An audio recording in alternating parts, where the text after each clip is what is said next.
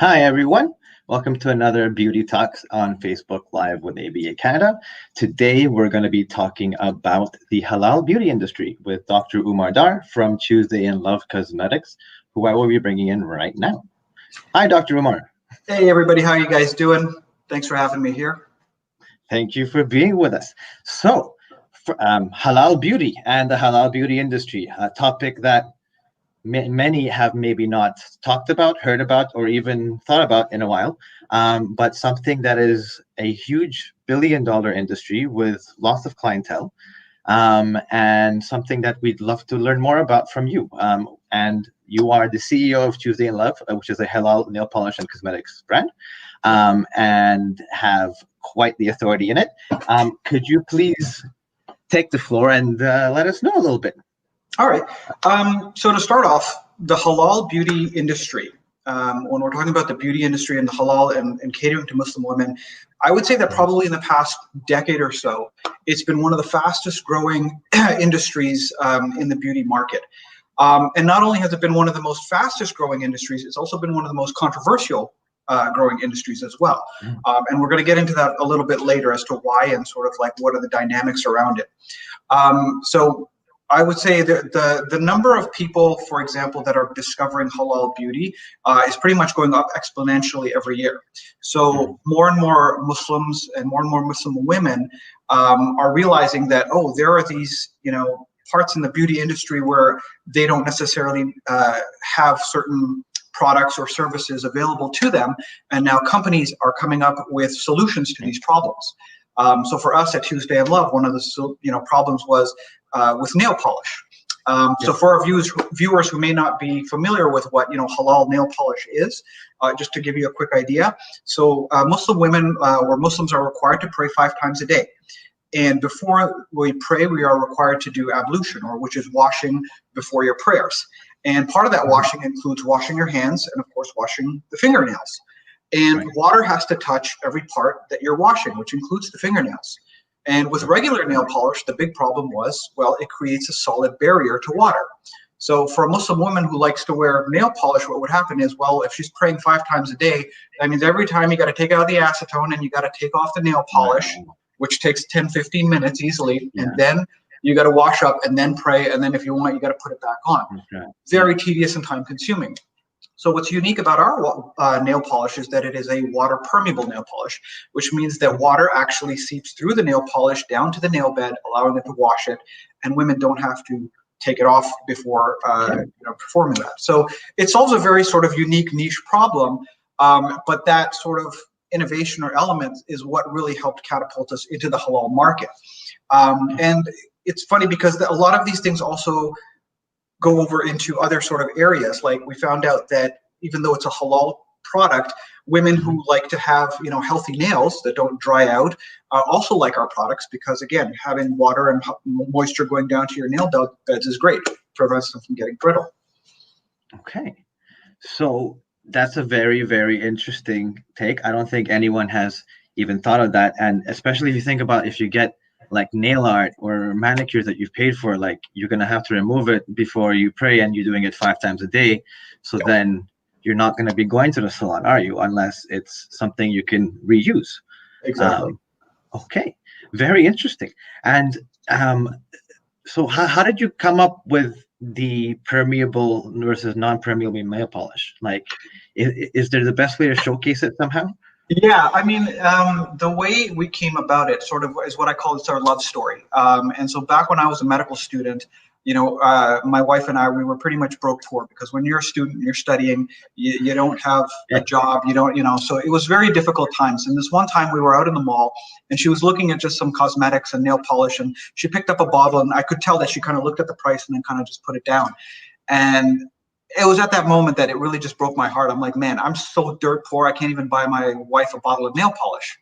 And that night, late at night, I was studying on my computer, and just for the heck of it, I don't know why, I looked up nail polish, and I came across something called halal nail polish. And at that time, there was this company that was making breathable nail polish. And what their claim was that, well, breathable nail polish allows water vapor to go through it. And Muslim women were going crazy about this. Now, as a medical doctor, as a scientist, I looked at this stuff and I was like, no way in hell does this work. I'm like, I knew the chemistry and I knew my science. I'm pretty good with my science. And I was like, I have a feeling this is some kind of like, marketing scam or something. And I said, I'm going to test this out. And so with my research, I figured out that no, it doesn't work. And I thought to myself, I'm like, I wonder if there's a way to actually make something that does. I'm like, that would be something beneficial to so many Muslim women. And so what I do is late at night, I would like research and experiment. And in my kitchen, I'd experiment in my sink and stuff. Like a little crazy scientist. Made a big mess. But eventually I came up with a formula that actually worked. And I was like, oh, cool, this is kind of neat. And the way I tested it was that you take a little bit of nail polish and you put it on a piece of paper towel and you let it dry. Add a little drop of water on it and the water would seep right through it. When you do it with regular nail polish or you do it with breathable nail polish, the water just bubbles up and sits there because that nail polish is designed to repel water. But with mine, it went through and I was like, oh, this is kind of cool. And I put it in a little bottle that I bought off of like eBay for I think like $1.75. And the next morning I showed my wife and I gave it to her as a gift and I showed her how it worked. And I remember the way her eyes lit up. I remember the way she smiled. And I remember that it was a Tuesday. And hence the name Tuesday in Love. Okay. And she was the one that actually convinced me to sell this. And she's like, you have got to sell this. I was like, who's going to buy this? I'm like, really? She's like, no. Put it up on a website. People will buy it. And so, your wife knows best. And I went along with it. And, next thing I know, Tuesday in Love just kind of snowballed into this, amazing company where we love doing this kind of stuff. Amazing story. So tell us more about the halal beauty industry. Like there's more than just the products, right? Like, so this is like, you need to give the products that let Muslim individuals have what they need so they can live their lives. But how would you need to like the service side of the industry, and why do we not see it more often? I think, so I definitely agree that when it comes to the service for Muslim clients, there is a huge demand for it. And I think that really comes down to understanding Islamic culture and this, understanding Islamic values and sort of the rules and regulations, around being in public, being in places of service. So one example I will give you is that a lot of people, and again, this also covers some misconceptions that people might have. So for example, a lot of people think that, women who wear hijab or cover their hair don't care about their hair. Totally not true. Totally not true at all. Women, it doesn't matter how they dress, whether it's you're dressing modestly or you're dressing like fashionably or however the case may be. Women care about their looks. They care about the way they carry themselves, and they take pride in it. So for many Muslim women, for example, in the hair care industry, there isn't enough service where they're allowed to go into a place where they have the privacy of being just around women. So women are not allowed to show their hair in front of other men, or men who are not in their family or in their direct family or their husbands. So for a woman to go to a salon, it's very difficult because if you have men walking around, they can't show their hair.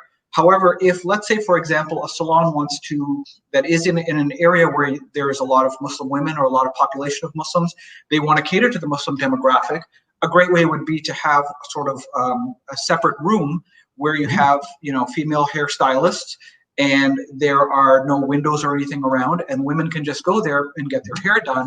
And any kind of hair treatments, because again, women are allowed to show their hair in front of family members, in front of husbands and so forth. So they do take a great deal of pride in it. So that part of the service industry is very underserved. There isn't enough options in there, especially sort of in the mainstream. And very easily, you could, if you have an aesthetic studio or a room in your salon, you don't need a whole. Like you need to be able to service one human at a time. It doesn't have to be a whole section. So it's something you could easily do if you want to cater to them. A very good point. Here's another thing. Along with service, part of that industry also caters to products as well. So if you have a salon, guaranteed there's going to be products on the wall. In that same demographic, they're looking for halal products. So if, let's say, for example, you as a salon owner will decide that I'm going to create a separate space for Muslim women, you can then also carry halal hair care products, and guaranteed you're going to get those sales to cross over because people will be like, oh, I could use this at home. This is a perfect product for me. Okay. And so it's basically a whole market that they could open up to just by learning how to cater to them. And is there you could recommend any resource or any way that they could learn more about how to cater to the Muslim Certainly. community? So a couple of things to do is, number one, depending on what product or service you're actually looking into, it's always important to do your research first. And when I say research, research the Islamic rulings. So for example, with our products, with like nail polish, one of the things that we had to do is get halal certification for them. Now, the thing is that many of these breathable brands that are out there are getting halal certification, but they kind of like got people in the fine print and they got certified for the ingredients, which doesn't make sense to me, because I'm like, you're not eating the nail polish, or at least I hope you're not. But so they're not actually getting certified for how it actually works or the functionality. So when we did our sort of research on how to get a proper certification that sort of caters to the functionality and says, yes, this is halal for this purpose, we went to like ISNA Canada. We sat with their scholars and their staff that are also in like, for example, on their staff, they have a master's in a chemistry master. So they've got people who are, pretty well educated in these fields to be able to understand what we're doing and what we need. When it comes to the hair care industry, best thing to do, ask Muslim women, talk to them, go into various groups and say, look, as a salon owner or as like somebody who does hairstyles, I'm interested in, let's say, for example, I want to service Muslim women who are getting their hair and hijab done for weddings, right? The wedding industry is massive, and there's not a lot of people that are catering to women who are getting like, wedding dresses that incorporate hijabs. So having somebody do that and making sure that it doesn't move around, that it flows properly, that it's decorated nicely, massive market right there. So by communicating directly with your audience, you're going to know exactly what they want and what they need. And then that also falls over into products. So let's say if you're running a salon and you have women who come in and you want to sell them products as part of the hair care service, you might want to know what type of environmental damage their hair goes through. One of the latest products that we at Tuesday in Love came out with was a hair oil for women who wear hijab. And what I discovered in my research was that women who cover their hair for long periods of time, and again, this is not just women who wear hijab, this is women who are nurses, women who are surgeons, women who are in the food catering industry, right? Or if you're wearing wigs a lot. Exactly, if you're wearing people do. Exactly. So their hair goes through a lot of different types of stress, environmental stress. So an increase in heat, for example, coming from the scalp, increase of sweat production, increase a variation in the pH, as well as they don't get vitamin D from the sun because their hair is covered. So the oil that we designed was designed with special B complex vitamins and vitamin D to, cater to this specific niche and this specific problem. So again, that kind of like product now you can expand anywhere into this and figure out, what are the real problems associated with it. So that's probably the best way to figure out where you want to go with it, how you want to cater to the demographic, and more importantly, to create a service or product directly for those people's needs. Right. So always, as always, go talk to someone the Islamic community is very friendly and they would love to be serviced in salons. So if you see a Muslim woman that you'd like to service, please have a chat with her, see what you might be able to offer. And it might be easier than you think. Also, if you need products, Tuesday in Love is a great brand. It's tuesdayinlove.com. Very simple website. We're also going to put it in the comments under this video. And you can learn more about, they have a wonderful blog there with a lot of great information. And you can also contact them to get more information on the products and how they are halal certified and what that means for the Muslim community. Dr. Umar, is there anything else you'd like to leave our viewers with? I think one other thing that I would really like the viewers to understand about our Muslim community is that not only do the Muslim community appreciate when various businesses cater to them, but one thing that, for example, our customers love is that we are a very sort of ethical and conscious brand. So, for example, proceeds from every sale of our products goes towards charity. If you do develop something or you wish that you want to go into, serving a community, and it doesn't just have to be the Muslim community, it can be any community, but let your people or your customers know that your business cares about ethical things. So it could be where you're sourcing your products from, where, maybe if you're donating to a charity, or if you're creating, clean beauty or something like that. The new Generation Z, loves that kind of stuff. And just as a community, it gives you that really sort of like personal touch that you can put into it, and you'll see a lot of success from that as well. That's very true. As we all know, salons and spas, they are a community business, and catering to your community and being inclusive is where it's at. Absolutely. Dr. Umar, thank you so much for your time. And Tuesday in Love will be sharing the right now in the comments the link to the website, and you can contact them for any more information.